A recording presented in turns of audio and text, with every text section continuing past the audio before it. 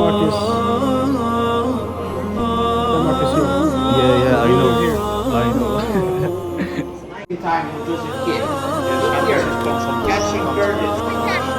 كل دي زحمة عشان القناع بتاع توت عنخ آمون.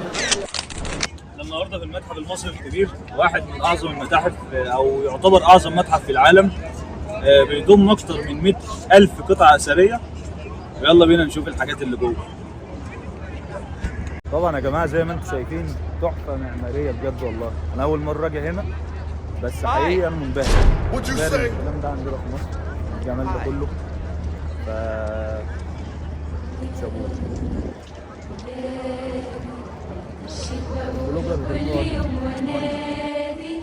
باسمك انت والعالم قصادي، العمر كله يشهدك ميلادي، فداكي حياتي يا حب عشق من بعدك.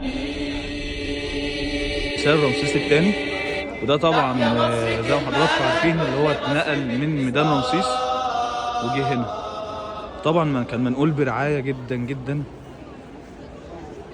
عظمة فنية والعظمة لله.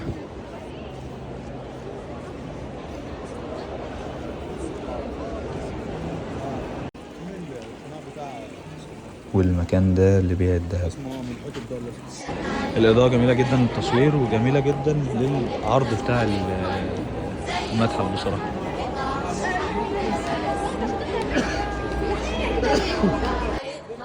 وطبعا زي ما انتم شايفين هو المكان طول ما انت طالع على السلم كده التاريخ كله بيتعرض قدامك.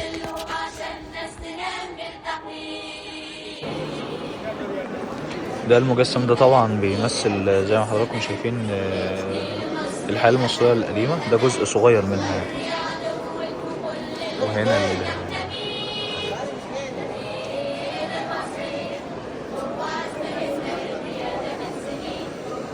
نزل ايدك تعالى شوية.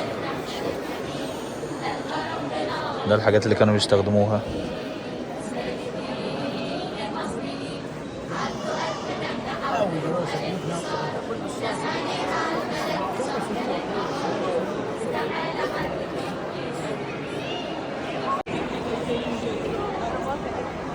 بتطلع اخر دور على السلالم زي ما وريت لحضراتكم، بتلاقي الاهرامات في وشك. تحفه بصراحه يعني.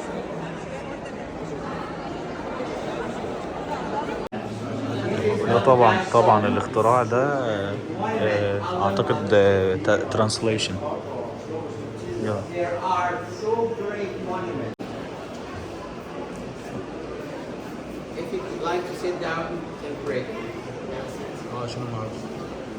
Here we can see agriculture land. Vi kan se, hvordan man dyrker, altså hvordan landbruget er.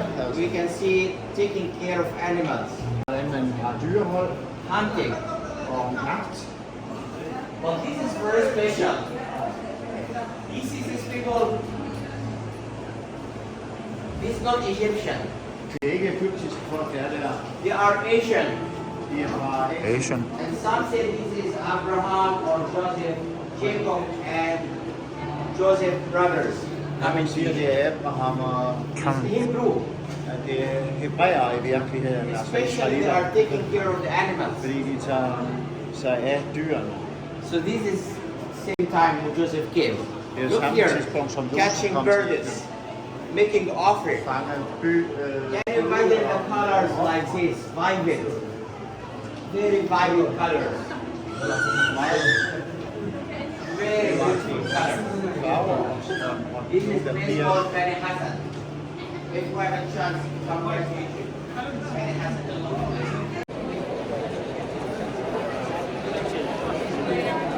طبعا مكان تحفة فنية زي ما انتم شايفين موجود.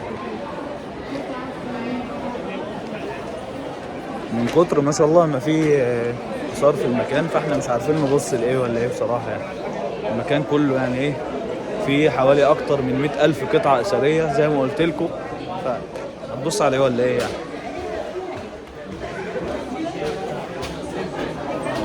ده التور جايد بتاعنا. Look at the gallery. For translation. Oh, it's for we got it from our tour guide. Yeah. So it's for us. English for what? Oh, Tour guide speaking English. Danish. Yeah. What? Tour guide speaking English. Yeah. And we can hear it in Danish. It's been translated to Danish. Okay. Where are you from? Denmark. Denmark, mashallah. Oh yeah. Yeah. Welcome. Thank you.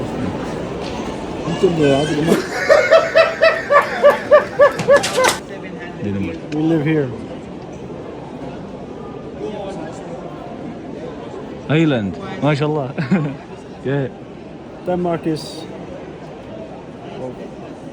here. Yeah, But I we know. live here. I know. Thank you. Thank you.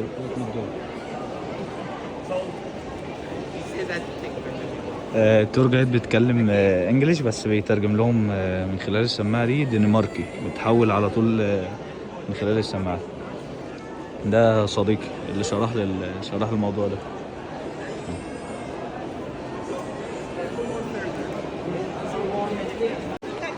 دخلنا مكان جديد للعرض، في عرض حاجات كده ما شاء الله. مش عارف الحاجات دي بصراحة يعني. حاجات كتير جدا زي ما قلت لكم. دي كراسي برضه.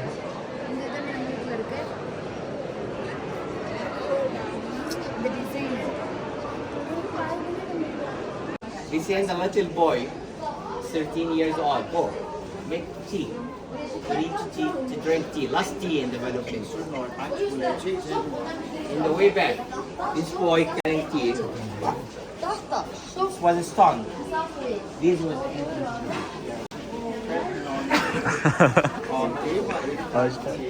so it was time, last chance. آخر فرصة بقول لك. This was the only private surgeon from ancient He ruled Egypt when he was 9 years old. And he died when he was 19 years old. ده جايد انجليش، فايه كل الجايدز اللي هنا يا اما صيني يا اما مش عارف ايه. فالراجل ده جايد انجليش يفهمنا اكتر. Hello, come this way.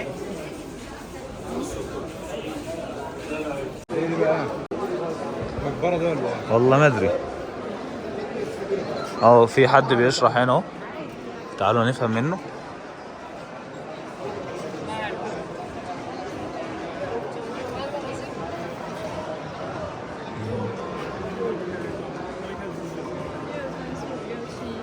دي طبعا مجسمات للحاجات العملاقة دي.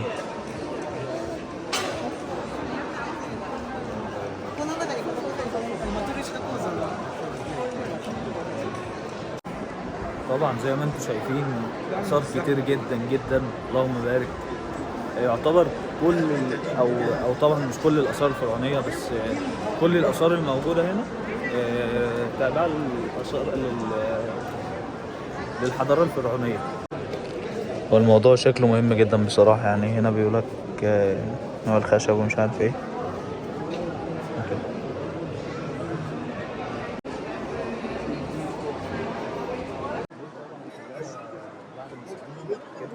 دي كلها آثار حقيقية موجودة في الفرعونية. بعد ما طلعوهم يعني دي المقابر، ده المقبرة الحقيقية بتاعته وبتاع الأسرة كلها. دي اللي هناك ودي بالترتيبة اللي أنا وريتها لكم، ودي برضو.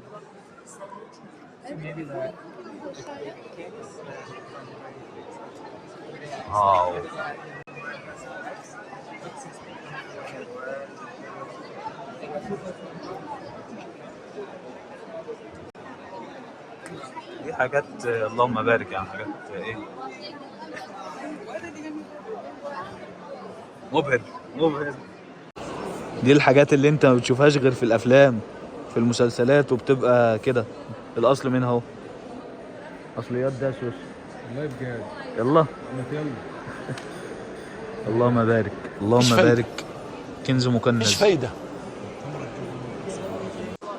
دي ورود كانت موجودة أيام الملك وهم لقوها في هنا كاتبين اهو باقة كبيرة من الأزهار وأخرى من أوراق الشجر والحجر اللي هو بالحجرة الأمامية بتاع الملك. دي طبعا العربيات اللي كانوا بيستخدموها زمان في الملك خصيصا يعني. دي كلها العربيات دي طبعا العربيات الأصلية ما شاء الله.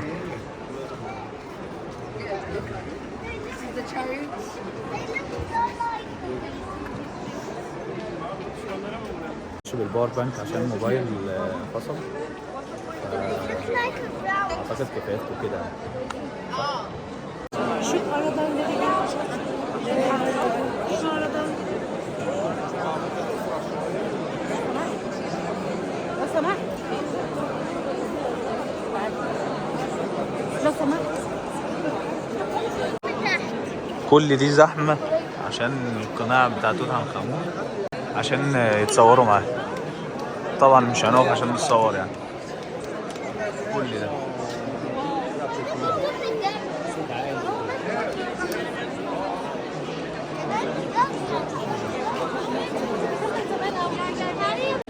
طبعا الإضاءة هنا عادت شبه سيئة، فأنا بقول كفاية كده لحد النهاردة وبس كده.